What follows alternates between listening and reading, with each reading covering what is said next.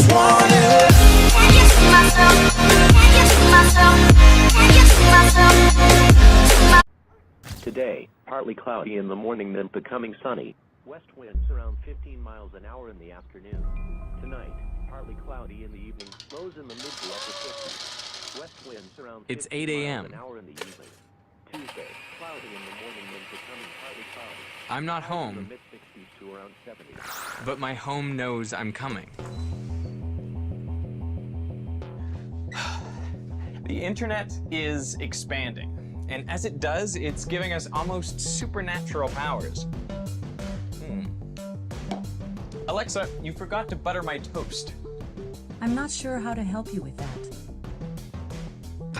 The internet is no longer just a network of computers and servers. Now it's a network of things. Things that know us. Things that know what we like to eat, how long we sleep, how to open our front doors, and even the rhythm of our heartbeats. Alexa, where are my keys? Your keys are in your bedroom. At 8:30 a.m. you have a meeting. The internet isn't just a cloud. Now it's got a body of devices, limbs, eyes, ears, and even a brain. Each device we connect to the internet becomes part of it. But are these devices at our service?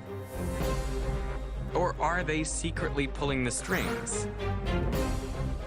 Today, the internet is everywhere, listening to us, influencing us, becoming part of us. But if the internet now has a body, how far can it reach?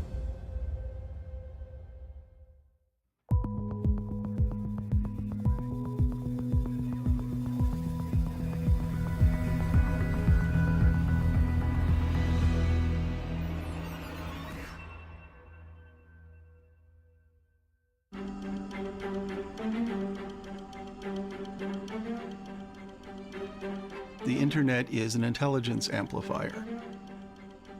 But almost everything that you can think of a positive and beneficial use for, there's also a negative use for.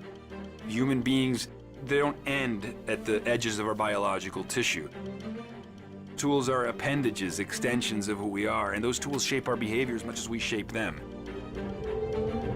As things in our physical life start to be on the internet and interconnected, the number of things that could go wrong is just going to grow. Little robots are doing more things for us than we realize. There are now billions of networked sensors. They make up what is called the Internet of Things. It's like watching the planet develop a nervous system. The merging of a lot of these technologies is going to lead to the first true machine intelligence. And then what? You never can be too careful. It's about us controlling the devices before the devices control us.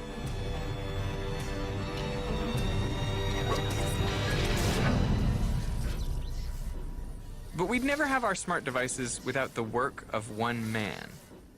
Doug Engelbart. Doug Engelbart. Doug Engelbart. Doug Engelbart. Doug Engelbart. Doug was as monomaniacal as anybody I've ever met. Through his entire life, he was focused on one thing: intelligence augmentation. The notion was that human beings were well, pretty good, but with computers we could be a lot better.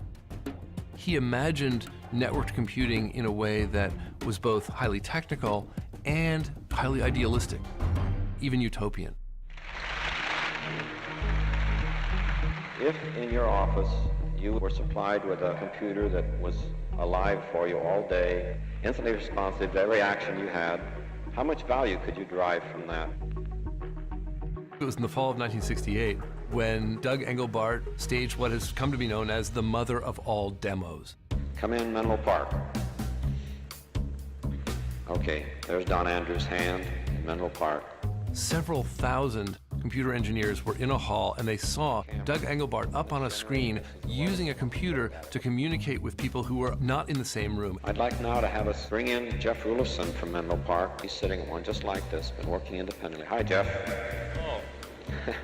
And it was the first time many of them had ever seen computers as a true communication tool. Suddenly, at that moment, that room full of people began to imagine not just computers, but computer networks. Engelbart is actually the person who invents the computer mouse. It was kind of like a little wooden box that you could move around with your hand. You think about that for a moment. It's something that really accommodates the computer to the human body, to the human hand. You can see the devices that I'm using. Doug had a portrait mode display, black on white, so it looked like a piece of paper. And it'll copy it. He invented a mouse so you could point to things on the screen. Controls through potentiometer. He invented hyperlinks so that you could connect a document to another document. If I want to, I can say, the library, what am I supposed to pick up there? I can just point to that, and oh, I see, overdue books and all. This was a system which, for all practical purposes, was the World Wide Web in a box. Thank you very much for coming to the dedication ceremonies. Engelbart and his lab actually helped humanize the computer. The computer would bring us together, and by bringing us together, would let us be more fully human. Steve Jobs was the first one to really get this.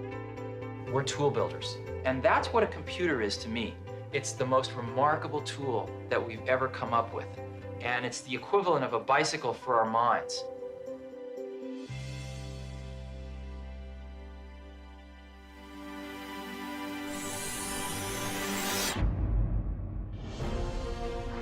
Three things: a widescreen iPod with touch controls, a revolutionary mobile phone, and a breakthrough internet communications device.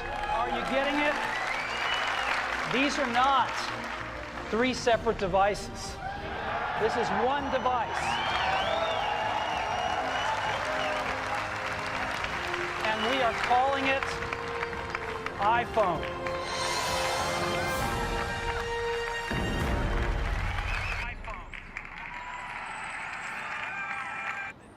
I remember when the iPhone was first announced back in 2007, I could absolutely not wait to get one. And when I finally did get my hands on one, it felt like I was living in the future. And now, I can hardly remember what it was like to live without this. It's a device made of plastic and metal that has all the answers, all the world's knowledge and information, that can summon cars, that can move mountains, that can make people do things, all by rubbing a magic mirror. And no place has embraced that magic more than Silicon Valley. Here, you see the smartphone everywhere. But it's also here that the next generation of smart devices is currently incubating. To see them, I'm paying a visit to Beta, Palo Alto's newest analog store for digital devices. Hi, welcome to Beta. Thank you. Have you been in before? I have not. I'm Derek. Cool. I'm Katrina. Nice to meet you. Nice to meet you. Everything here is out of the box, so you can touch it, feel it, interact with it, see how it's going to fit into your life. It's a Bluetooth connected device, so you can create lightscapes. A bright day, a sunset, date night, movie night. You no longer have to carry your keys. You can control it directly from your app. 3D video viewing. Whoa. Any command that you would be able to give your phone, you can do through the button. It will automatically water for you. You can interact with it, you can touch it and talk to it. Put it on your keys, you can put it on your kid, your dog, your backpack, whatever. Now we're talking. I haven't crashed into anything yet.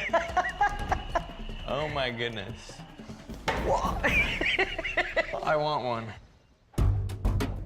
The Beta store feels like a toy store for grown-ups. But as I was about to find out, it's less a store than a research lab, where they're collecting data about you. Our store was made to bring the best parts about the internet to brick and mortar retail. Although our store does sell products, we make no money from selling products, which is very unusual in the brick and mortar world. In fact, we're the only store like that. How do you make a profit if you're not making any money off selling products? We have this really unique business model for retail where we directly rent space to companies. And we partner with a company called Retail Next. Retail Next has figured out how to use computer vision from overhead cameras to understand how people shop in stores. At the Beta store, the most important sensor isn't on the shelves. It's actually in the ceiling. As you interact with products, these cameras are watching you, measuring how much time you spend at each station and learning what you like. And the customers don't know necessarily that they're being tracked, or? If anything, like, this is the most naive version of tracking out there. I came to Beta to look at smart devices, but I was surprised to discover that they were actually looking at me. To learn more about how smart cameras help retailers like Beta, I paid a visit to the maker of the sensor, Retail Next. Wouldn't it be great to know your shopper? To know what catches her eye? Introducing Aurora by Retail Next, the first all-in-one sensor designed specifically for the complex needs of retail. The next generation sensor for shopper measurement. So walk me through this. Someone comes into the store. What sorts of data could you tell about that person? You can tell a lot about the type of person coming into the store. Male, female, approximate age. And you can capture a lot of information about their path through the store. Can I just back you up? How can you tell age and gender of the people walking into a store? Yeah, so it's using computer vision. It works very similar to how human eyes work, but it's all algorithms doing that automatically. If you want to understand the type of customer that shops a particular store at a particular time,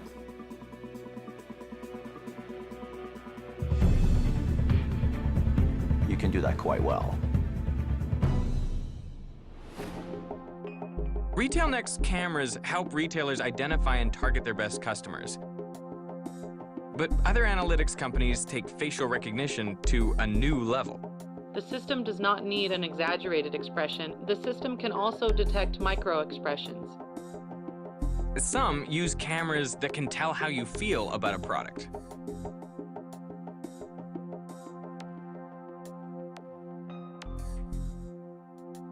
Whether you like it or not. But while cameras are very useful sensors for retailers, they're nothing compared to the one we have on us all the time, our smartphone.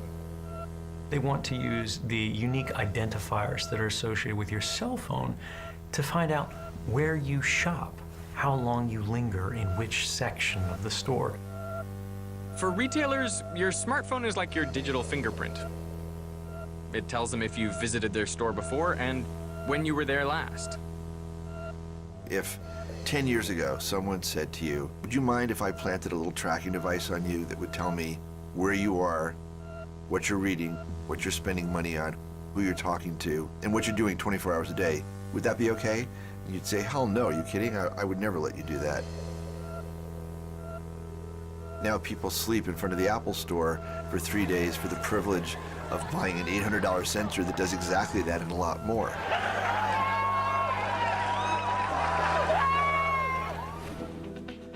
Retail Next insists that while they don't ask permission to track you, your data is completely anonymous unless you opt in. If you opt in, you've let companies know exactly who you are, and they can now track and target you in real time. But this kind of tracking didn't begin in stores. It began online. Online retailers don't have cameras and sensors to track you. They don't need them. They have something better. The cookie. So what exactly is a cookie? And how do companies use it to track us? To find out, I spoke to this guy. That's good. Lou Montulli invented the cookie in 1994. The concept's a little bit like a fortune wrapped in a cookie. A cookie is a file, and the fortune inside is a unique string of text. You can't read it, but websites can. Each time you visit, websites place cookies on your computer. These bite-sized files help websites remember you. This is what allows you to do things like shopping carts. get this fortune cookie and you hold onto the cookie and you don't know what's inside of it. And you really don't care. And when you visit the website again, you give the cookie back, and the website breaks it open, reads the message, and says, "Oh, I know who you are. You're the guy who wanted to purchase the toaster, and I'll put that in your shopping cart." That was the idea. Harmless, right? Something unforeseen happened. It didn't take long before advertisers noticed cookies, and ad networks started using them to track us. You start this really terrible arms race. And the arms race is to know as much about you as possible. They could target advertisements in a way that never worked on TV. Because the TV is a medium that you watch. The internet is a medium that watches you as you watch it. Today, every move you make online, each cookie you receive, it becomes part of a virtual profile or a dossier of you.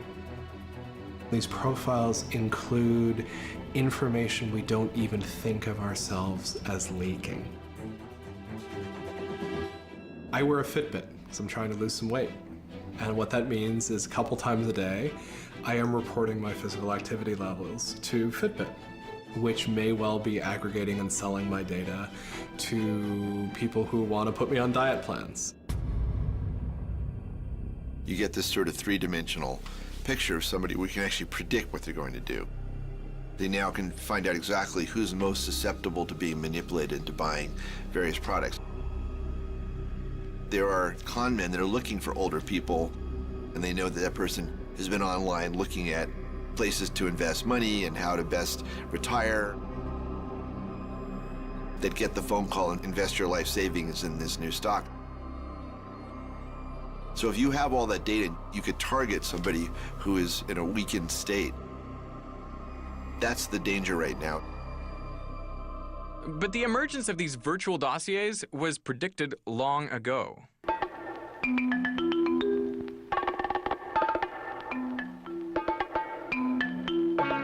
This educational film from 1967 lays out a future all too familiar. By the year 2000, computers will invade our privacy on a scale hardly imaginable. They will be interconnected, and unless prevented by new legislation, will be able to sell information on where we travel, how much we spend, and in what restaurants and hotels, whether and when we pay our bills, what we do with our evenings, and with whom. They will be 20 typewritten pages of dossier on each of 230 million citizens in North America. Today, your dossier has all this information and much, much more.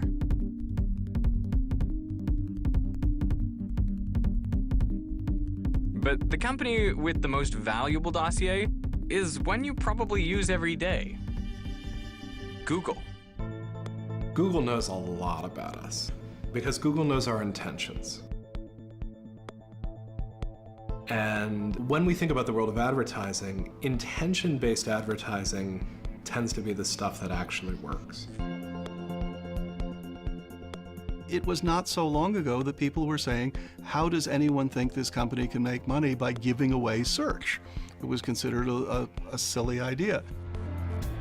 Google's massive ad network, which includes pop-ups, generates billions of dollars for the company every month. In fact, 90% of the company's revenue comes from ads.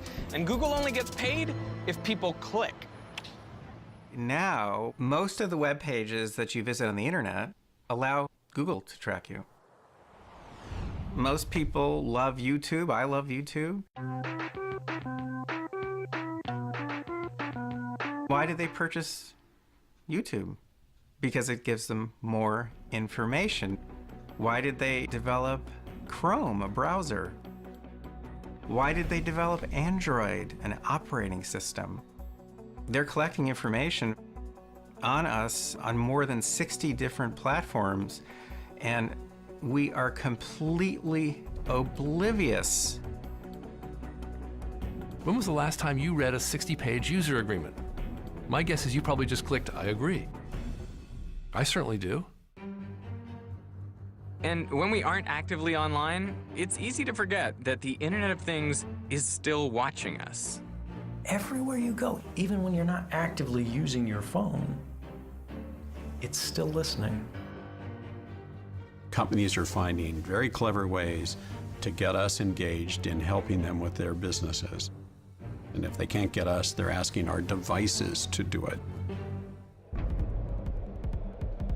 The devices that are going to inhabit our lives, not just cell phones, but your smart refrigerator, your smart car, all those things are basically going to be eavesdropping tools for someone. Maybe the most sinister of this is the talking Barbie doll. Introducing a whole new way to play with Barbie. There's now a Barbie doll that when you turn it on will find your Wi-Fi network and will use the cloud to have a conversation with you about your interests. What do you want to be when you grow up? I want to be a vet. That's wonderful. Wanting to take care of sick animals is an amazing goal. Hello Barbie is recording all these conversations and sending them to the cloud. I love New York. Don't you? Tell me, what's your favorite part about the city? To me, this is basically a Barbie doll designed to interrogate an 8-year-old girl and get her to tell stories. What do you want to be when you grow up? I want to be a scientist. Eureka! A scientist. I think science is so amazing. Why do you want to be a scientist? Well, I guess at school I really enjoyed chemistry and physics. The study of physics is incredible. Take gravity. You can't see it, but the second you trip, it's right there to pull you down. Did you ever fall or trip on something? Yes, I have definitely fallen down a number of times in my life, Barbie. It happens to me all the time. That's gravity, pulling you down, sometimes with an ouch. Wow, you sound to me like the next Marie Curie or Albert Einstein. Am I right? I think you are right, Barbie. I knew you were a smart cookie. As long as our devices work for corporations, they'll push us into being good consumers. But what if someday soon, our machines not only prompt us to buy, they also offer us a new form of currency, shares. We'll share our tastes, our interests, and even our private lives.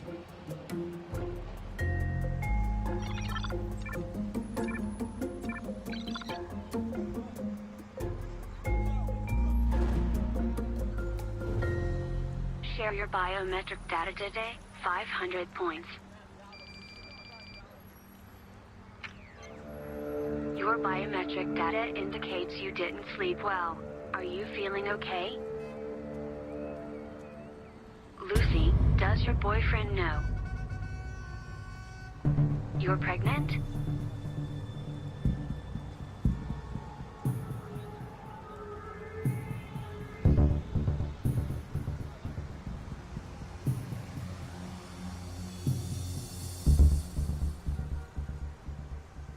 However strange this may seem now, it will very quickly become the new normal.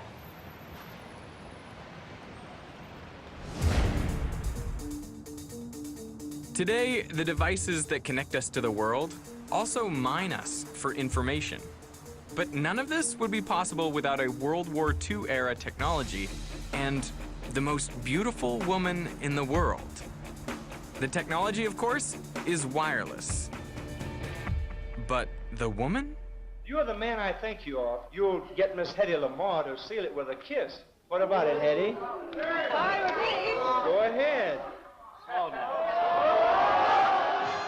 By 1938, American audiences knew the Austrian actress Hedy Lamarr as a dynamic and stunning leading lady. Funny, I don't have an ear for beauty, just an eye for it. But she was no ordinary movie star. I came here to ask you to marry me. She was an inventor. Hedy spent her evenings inventing an improved traffic light and a tablet that carbonated and flavored your water.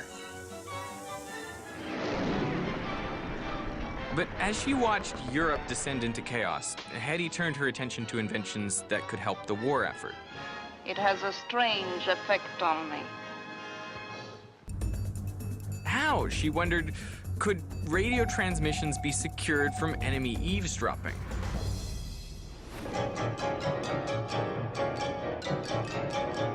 Then she heard this, ballet mécanique. This music was written in 1924 by an avant-garde composer, George Antheil, who saw it as a celebration of machines as music makers. His complex arrangement included 3 xylophones, 4 bass drums, 3 airplane propellers, and 16 player pianos. Player pianos used paper rolls with punch holes to generate the music. But ballet mécanique's rolls were special. They were synchronized.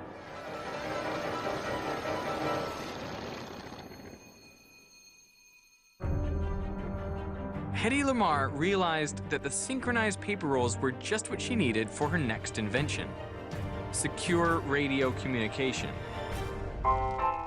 Using player pianos as inspiration, she and Antheil designed a system called frequency hopping, in which a secret message would hop across radio frequencies. To do this, the system used punch holes on a paper roll. But unlike a player piano, these holes wouldn't control musical notes, they'd instead control frequencies. The message would be sent in pieces. And on the receiving side, an identical paper roll would reassemble the message.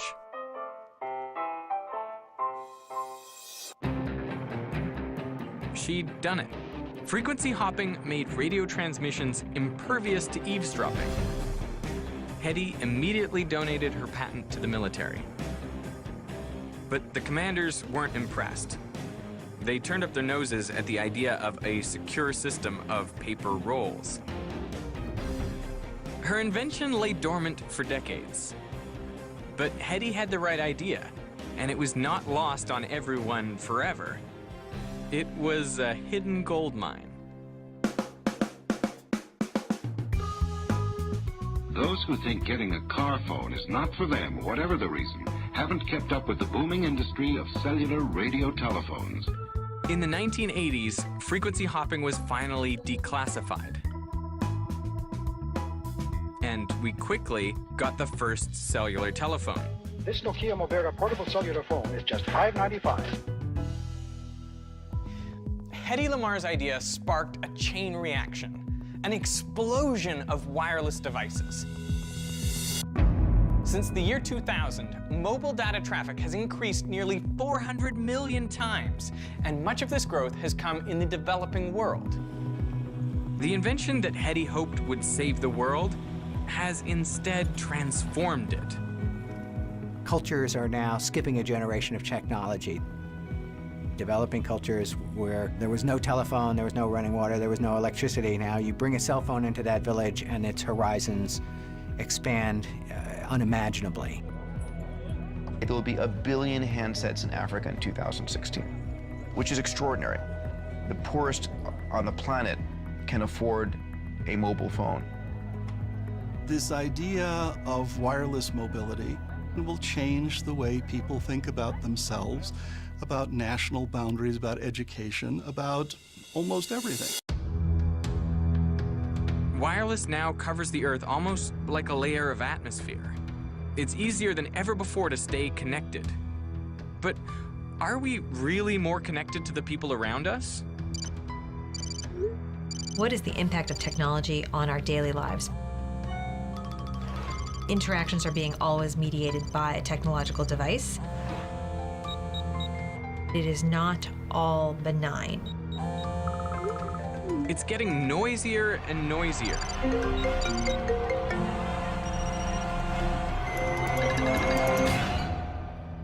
You have to move away from the noise. What if you could live somewhere truly quiet, without all the wireless noise? Welcome to the Quiet Zone. We're in the middle of what's called the National Radio Quiet Zone. And it's an area that is unique in North America. It's 13,000 square miles. About the size of Massachusetts and Connecticut combined. At the heart of the quiet zone lies the town of Green Bank, West Virginia, home of the largest steerable radio telescope in the world. The quiet zone was created to protect it. The Green Bank telescope is a Swiss watch the size of a football stadium. But while it is so enormous, its tolerances are measured in fractions of a millimeter. We're talking about a telescope that stands taller than the Statue of Liberty. But the reflector surface is 2.3 acres in size. The bigger the bucket, the more raindrops you catch.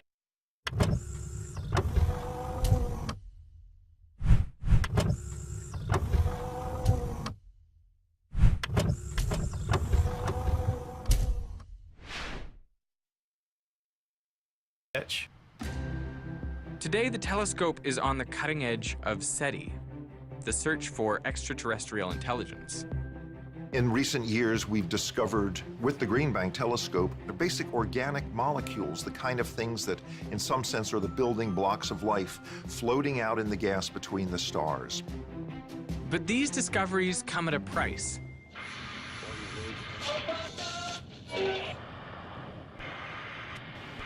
Radio silence for hundreds of miles in all directions.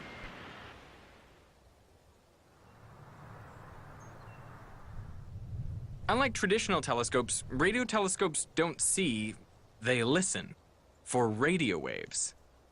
In the 1950s, astronomers built the telescope here because it was a quiet place to do just that. Listen. The observatory started in the 50s, and they picked Green Bank specifically. They say we are the quietest place on Earth, so I don't know. Maybe this is the last quiet place there is. For Green Bank residents, this doesn't just mean radio silence, it means wireless silence. Yeah, so living in Green Bank does have its challenges. Can't have a cordless phone. Forget a cellular phone. There's no cell towers here. Wireless speakers, wireless headphones. Garage door openers cause problems. Electric fence around someone's garden. Microwaves. Bluetooth devices. Remote control cars. PS4s, Wii's, Nintendos. It's the craziest things that you would never think would cause interference that do. But the telescope's biggest threat is Wi-Fi. Wi-Fi here just completely overwhelms what we're trying to do. What's also amazing, though, is that we're beginning to interact with the internet as if it is the only other social being we have in our lives. And that is the dangerous part, I think. Mike's idea made me wonder, what about being a teenager in a disconnected town? Would you feel you're missing out? One of the girls that just recently moved to this school asked me when she first moved here if we had cell phone service. She was like, I can't get any service on my cell phone. I was like, you're not going to. This is Green Bank's middle school, in the shadow of the Green Bank telescope. Say you're here, and then you go to like New York or Maryland. I mean, you even see people just walking across the sidewalk. Yeah, they're just staring at their screens. Yeah. Becky liked my status. Oh, Bob commented. I totally gotta respond to that. I think honestly, if like the internet crashed here right now and we had no internet, we could survive. City people sit on the side of the road and wait for all these people to come get them, and we can get out and change our tire and get back in and go home like we need to. We don't have to call people on our cell phones. We actually drive to their house and knock on their front door. Yeah. I like the quiet zone. I like the quiet zone. We all like the quiet zone. I feel sometimes that we are the control population for a gigantic experiment being played on humanity by the telecommunications industry. We are living without the benefits and distractions of cellular technology. I'm basically shocked at what I see.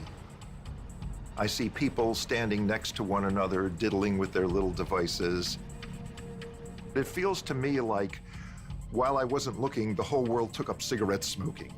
Elsewhere, the internet is attached to you all of the time. Whether you're purposefully utilizing it or not, it's doing something with your device, even when it's in your pocket, but you're tethered to it. Here, you're not tethered to it. It's interesting to think that something special has happened here. But in fact, it's almost the opposite. It's something weird has happened everywhere else. Green bankers may enjoy their radio silence, but for the rest of us, living without our mobile devices wouldn't just be unpleasant, it would be impossible. We are outsourcing our memories into these devices, and we're so dependent on them now. There's no backup system. Most college-age students say they can't go a day device-free. For many people, the cell phone has become a body appendage. They can't not be with it. The information is essentially their third skin. The library of all human knowledge is now just a screen away. We may think this means we're getting smarter, but we're relying more and more on machines to do the thinking for us. What used to be research has been replaced with search. Google search. In 1998, Larry Page and Sergey Brin launched Google to unravel the tangle of information on the web. They did this using algorithms. They used one algorithm to index the web and another one to rank the results from the billions of pages in the index. They gave you the ability to effectively search through every page of every book in the library. PageRank, Google's ranking algorithm, decided which page would be in the coveted first place. The more links you got, the more PageRank score you get, but it could be that somebody could have fewer links, but from more important places. Those links would count for more. And that was their secret sauce. PageRank worked so well that Google quickly became synonymous with search. But while search results often number in the millions or even billions, usually only 10 matter. Typically, you see 10 search results on the first page. 50% of our clicks go to the top 2 search results. 50%. And most people never look beyond the first page. But what we have begun to realize is that search rankings are impacting decisions people make about everything. We let Google decide what's the best information for us. But with millions of results that may match your query, why do you get these 10? Hey guys, today I wanted to give you my answer to the big question, how to rank #1 in Google. When Google designed its algorithm, it inadvertently created a new industry, search engine optimization. Today we're going to talk about great SEO and what I believe Google wants. There's a new Google ranking factor that's huge right now. Really sneaky and really, really clever, that tactic, so make sure you implement that. These experts have learned how to optimize a website's structure or content to make it a top result. The algorithm is the key to cracking Google. Now, what if I told you that we have cracked Google's formula?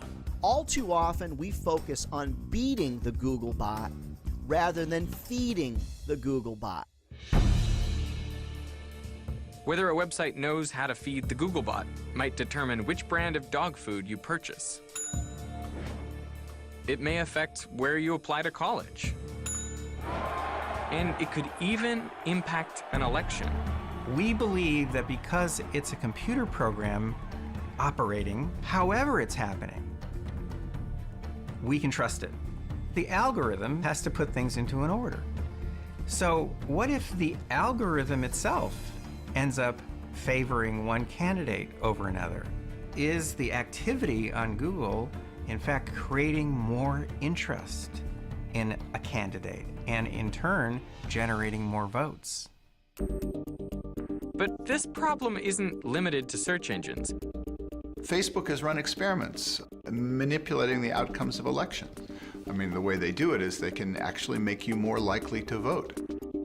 If Facebook just sent out go out and vote reminders, but they sent them only to people of one political party, if they did that on voting day, they could easily flip an election. Backlash brewing against Facebook. Former Facebook insider calling it, quote, absolutely biased. An article posted Monday said Facebook workers suppressed conservative-leaning news stories in its trending section.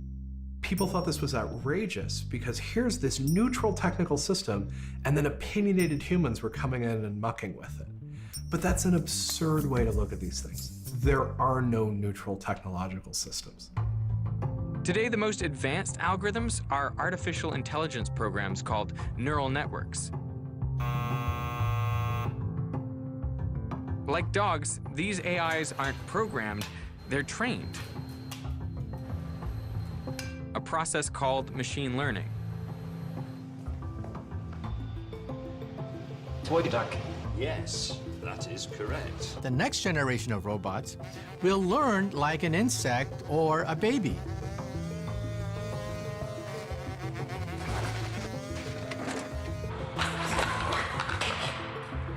It'll bump into things. It'll learn how to walk, learn how to navigate into this world, rather than having all the lessons programmed from the very start. But with machine learning, artificial intelligence is no longer fully under our control. When machines become as intelligent as we are, assuming that we are intelligent, any machine that can make decisions, choices, which can behave in a way which is not predictable by its designers, and there are many machines like this now. I'm thrilled to be here to introduce a brand new product. In 2015, Google released an AI program to organize photos. Using machine learning, Google Photos understands what's important and helps you by automatically organizing your memories. And was caught off guard when their algorithm labeled a photo of African Americans as gorillas. People who train these artificial intelligence systems train them on white people's faces. These weren't necessarily racist people, but their implicit biases of how they built and trained these systems end up embedding this incredibly set of racist assumptions. And just because a machine can learn from humans doesn't mean they'll teach it the right thing. As Microsoft learned from their chatbot Tay, humans love to corrupt AI. Hello, world! The more you talk, the smarter Tay gets. Microsoft designed Tay's software to mimic the speech patterns of 18 to 24-year-olds. Even the best algorithms make mistakes at scale. It did not take long for internet trolls to poison Tay's mind. Tay's designers trained the bot to improvise based on what people said to her. Algorithms are a lot more likely to make mistakes than people are, and they can also be tricked much more easily than people can. Soon Tay was ranting about Hitler, launching racist and anti-feminist attacks. These systems have amazing blind spots. This happens all the time. Algorithms are used for everything, from college admissions, online dating, hiring decisions, loan approvals, stock market investments, through to studying influenza outbreaks and cancer research. A series of programming algorithms are making decisions without any of us having insight into how those decisions are being made. And that's a little bit scary. Machines are going to be running my life and everyone else's. So I was curious to know how they learn. And here at MIT, they're learning something that up to now only humans could do. Drive.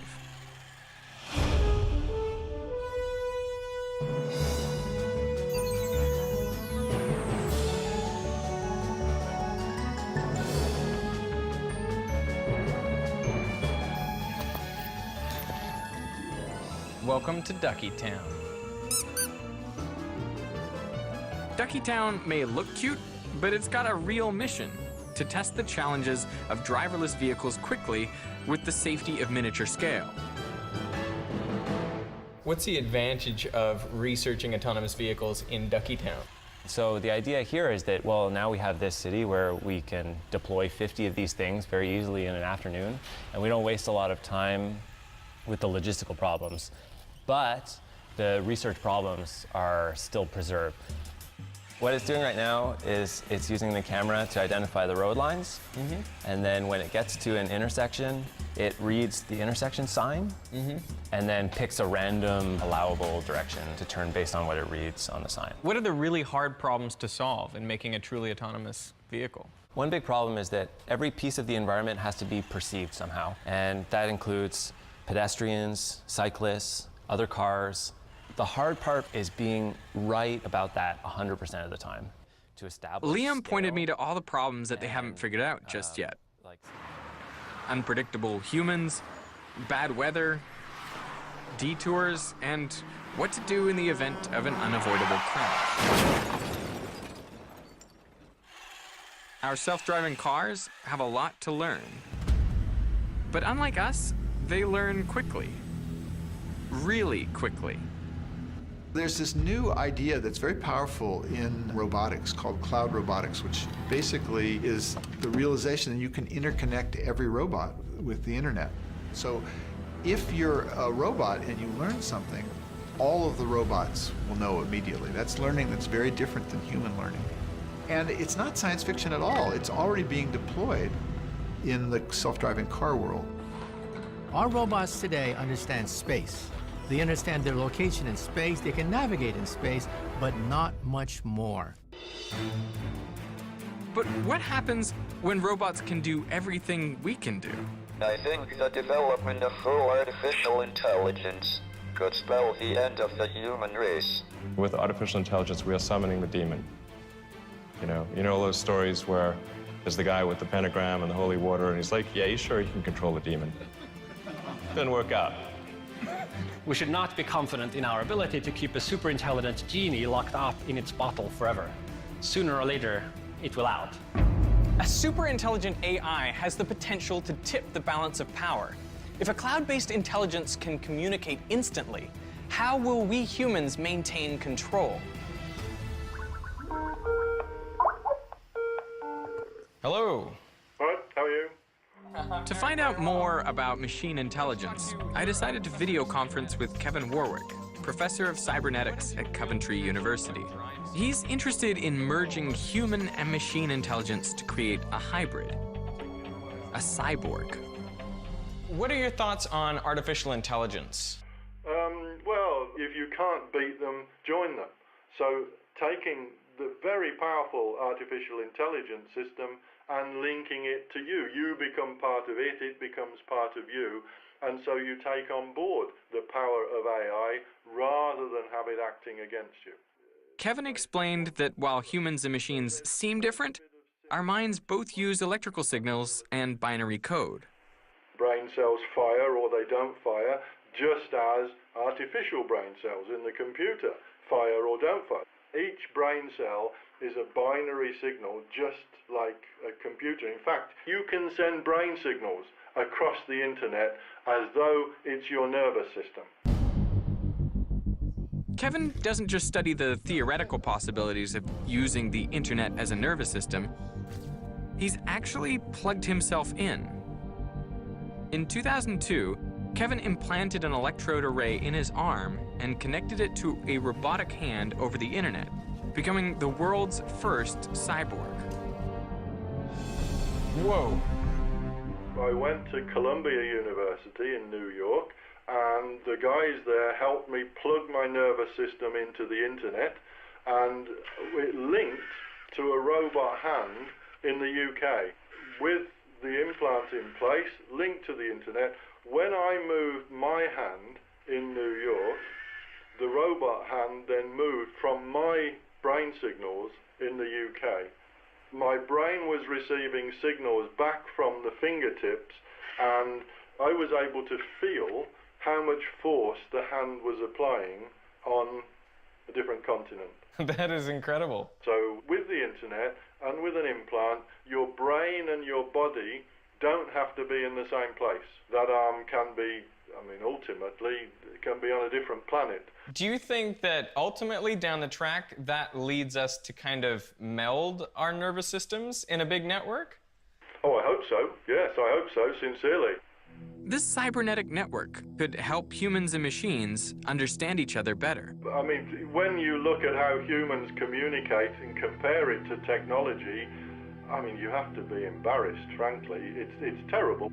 The interface, we're still using, even now, I'm using mechanical pressure waves to communicate. They're highly complex electrochemical signals in my brain, and then I convert those to these trivial coded pressure waves. It's terrible, really. I mean, we've got to get with the times. We have the technology now to upgrade humans, so we need to do it. Some call this upgrade the singularity, the point of no return. Since the birth of artificial intelligence, we've wondered when AI would catch up to us. Perhaps the time will come and we and the machines will sort of pass in opposite directions, and there'll be a transition point, and we can't decide whether it's a man in a machine or a machine in a man. But the question is, what will life be like after the singularity? You'll take a little pill.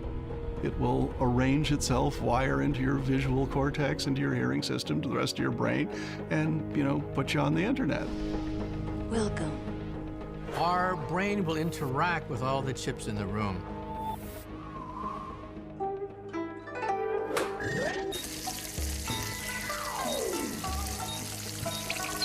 We just walk into a room, mentally turn on the lights, mentally turn on the internet.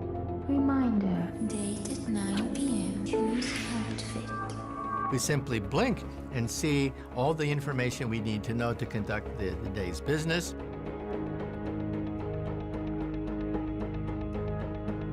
It's going to start to change how we think of where we end and the world begins. Because more and more it's going to feel like each of us is living in our own personalized universe. We're all going to be enveloped by an AI software shell. You're going to give your AI permission to listen to every conversation you have, read all your emails, monitor all your biometric body data, and that AI's mission is to make your life better. But once the singularity arrives, machine intelligence will quickly be out of our control. As soon as a computer, in some sense, wakes up, because it has access through the internet, it has access to everything, all human knowledge, it will transform into something else. If we do have a world of super smart robots, if we are very, very lucky, they will treat us like pets. However, if we're very, very unlucky, they will treat us like food. Me, I'm hoping for the pet scenario. I call the internet the internest. We have been building a nest for the first true machine intelligences that arise.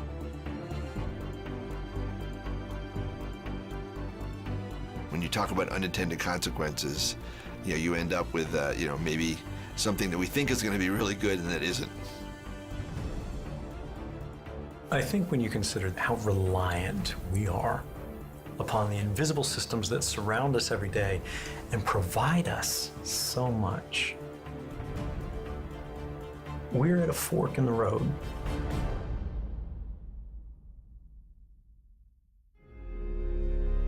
What if the internet doesn't enslave us? What if instead it becomes our guiding light?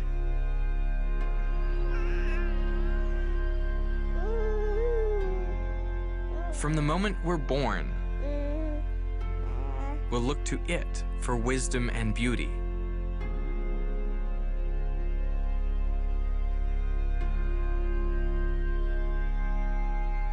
It will see our strengths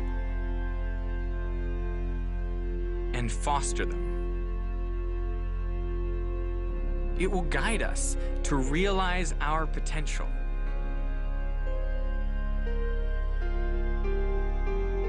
And provide answers to our biggest questions. As humans, we have always yearned to understand our connection to the cosmos, our place in the universe. Perhaps our greatest creation, the internet, will someday return the favor and enlighten us.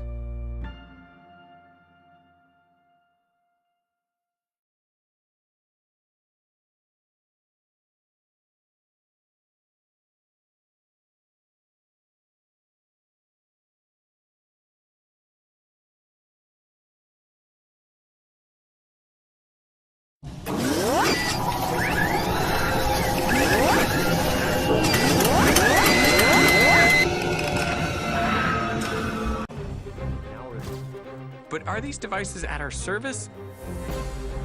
Or are they secretly pulling the strings? Today, the internet is everywhere, listening to us, influencing us, becoming part of us.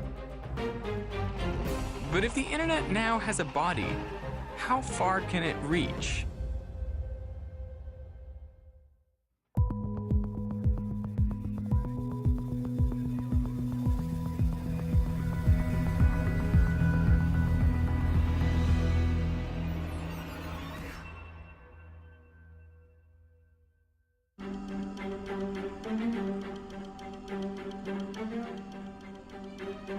The internet is an intelligence amplifier. But almost everything that you can think of a positive and beneficial use for, there's also a negative use for. Human beings, they don't end at the edges of our biological tissue. Tools are appendages, extensions of who we are, and those tools shape our behavior as much as we shape them. As things in our physical life start to be on the internet and interconnected, the number of things that could go wrong is just going to grow. Little robots are doing more things for us than we realize. There are now billions of networked sensors. They make up what is called the Internet of Things. As the computer. The computer would bring us together, and by bringing us together, would let us be more fully human. Steve Jobs was the first one to really get this. We're tool builders, and that's what a computer is to me. It's the most remarkable tool that we've ever come up with, and it's the equivalent of a bicycle for our minds.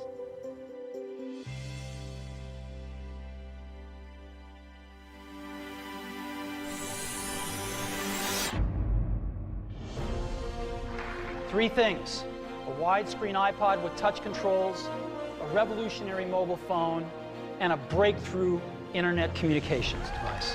Are you getting it? These are not three separate devices. This is one device. And we are calling it iPhone.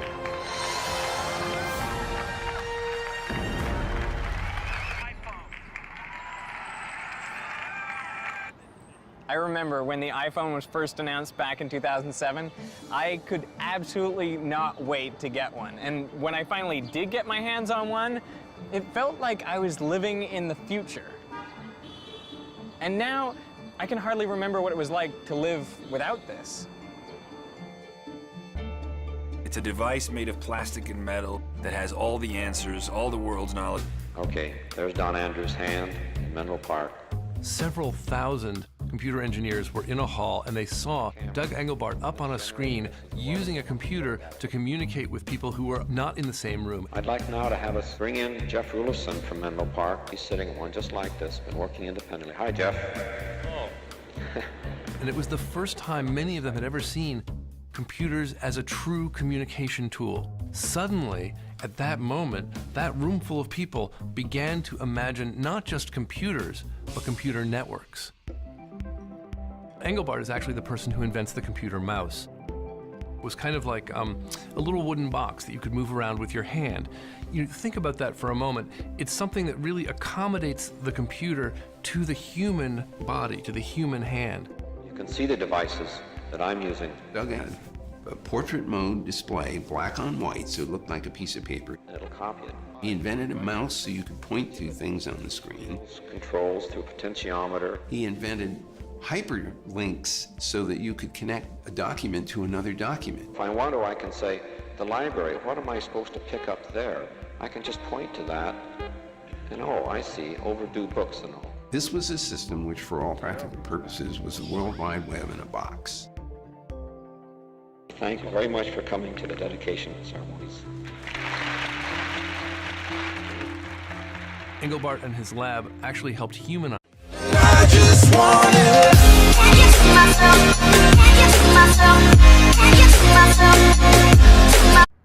Today, partly cloudy in the morning, then becoming sunny. West winds around 15 miles an hour in the afternoon. Tonight, partly cloudy in the evening, lows in the mid to upper 50s. West winds around 15 It's 8 a.m. miles an hour in the evening. Tuesday, cloudy in the morning, then becoming partly cloudy. I'm not home, Mid 60s to around 70. but my home knows I'm coming.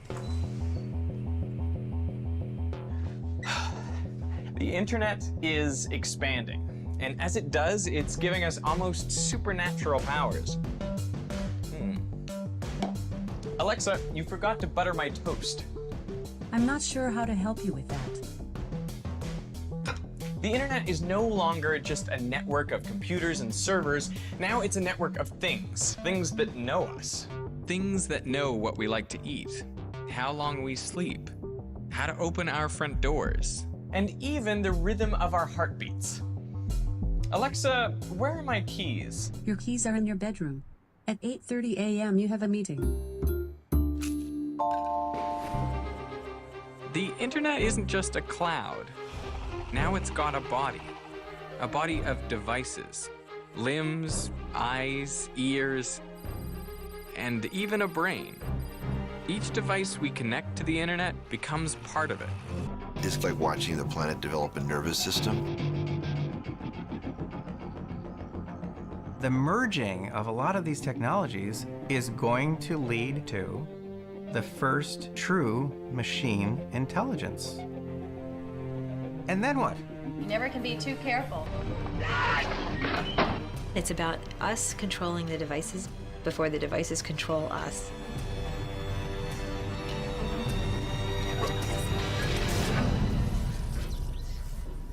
But we'd never have our smart devices without the work of one man. Doug Engelbart. Doug Engelbart. Doug Engelbart. Doug Engelbart. Doug Engelbart. Doug was as monomaniacal as anybody I've ever met. Through his entire life, he was focused on one thing: intelligence augmentation. The notion was that human beings were well, pretty good, but with computers we could be a lot better. He imagined networked computing in a way that was both highly technical and highly idealistic, even utopian. If in your office you were supplied with a computer that was alive for you all day, instantly responsive to every action you had, how much value could you derive from that? It was in the fall of 1968 when Doug Engelbart staged what has come to be known as the mother of all demos. Come in, Menlo Park.